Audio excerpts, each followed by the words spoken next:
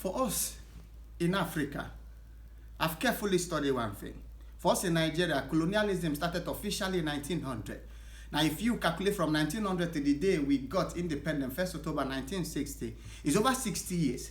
Now, from the day we got independent, 1st October 1960, down to 2022, is over 62 years. So, when you juxtapose these two eras, the colonial era from 1900 to 1960, and the post-independence, independence era from 1960 down to date, if you juxtapose these two eras and draw a dichotomy, you see that there are no changes.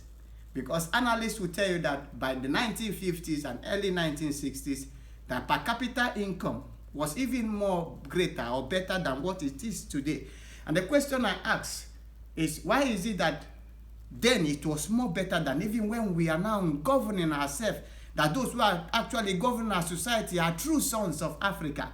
But I've come to the realization, that's what I tell people always, is that the leaders we produce after independence or when we got independence are what we call surrogates of their former masters or surrogate of the colonial masters. So let me tell you one feature or why the colonialists were here. The colonialists, they were actually here for one benefit: exploitation, to get raw material, get the resources, take it abroad, and build good society for themselves there. Then the leaders we produce, maybe our own nationalist people, or even those who are still governing us today, you can see they are still living the same way the leaders were living. IMF and World Bank released a report that 60 to 70% of resources in Africa or wealth of Africa is being moved annually from Africa down to bank in Swiss, in America, in UK, London, and even to the Arab world now. Who are those doing this? Those who are governing us. That's why you see them, they have houses in Dubai. I mean, our political elite in Nigeria and across Africa, they owns, all of them, they own house in Dubai. They have house in London, in America, in Switzerland.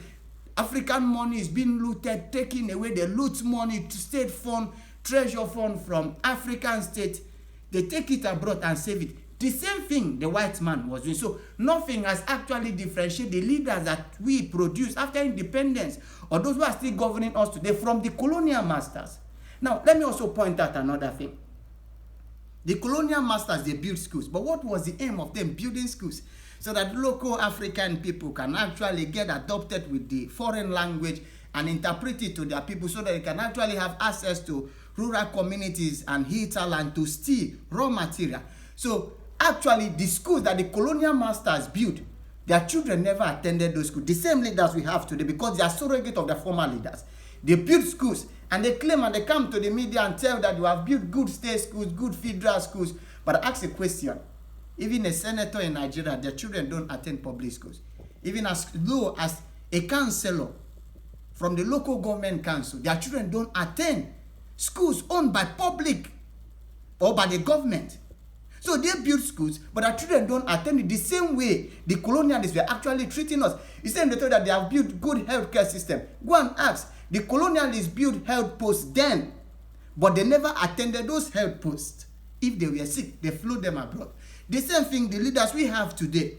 They build healthcare center, but if they have minor thing just like headache or fever, you can see the junket, they go abroad for health treatment or for health checkup. But we have hospitals. So they build some standard thing, just like the colonialists were doing. Everything the colonialists built in Africa were of substandard. So they never make use of it because they knew that what they are building or the institutions they are established or the infrastructure are substandard. So they never patronize it. The same thing our leaders, those who are indigenous sons of Africa, those who are leading us today, they build substandard institutions. Go and check the educational system in Nigeria.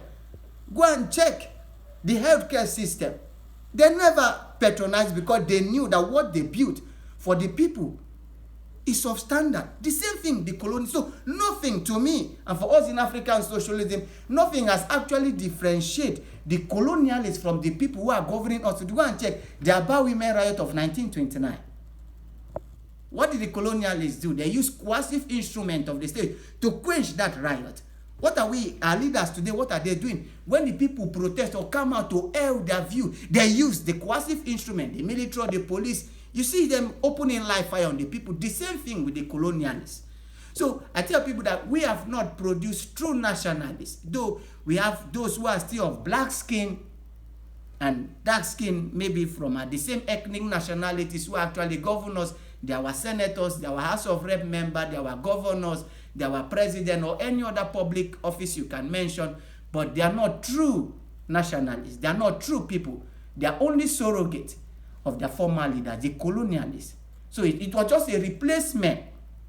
So the colonialists left and brought in their own people to replace them. So those we have in power are not representative of the African people, but they are those who are representing the colonial masters. So even up to date, those we have in power all throughout Africa, more especially in Nigeria, are those who are following the path of the former masters, the colonialists, who never mean well for the people. Let me tell you another thing. During colonial period, for those who study colonialism in Africa, more especially in Nigeria, sensitive public position or jobs were reserved or preserved for the white men. The same thing our leaders are doing today. You see, public office, good jobs, their children school abroad, when they come back, they get jobs. So jobs are being preserved for the children of the elite, children of the political ruling class. But the children of the local people who manage and struggle themselves and find their way in university, graduate, come out and go to service and come back, no job for them. Because the little job or the little public offices is being what? Preserved for the elite and their children.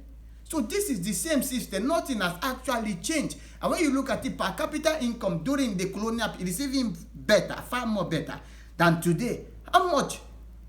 Go and check. I tell people, check inflation rate in Nigeria today.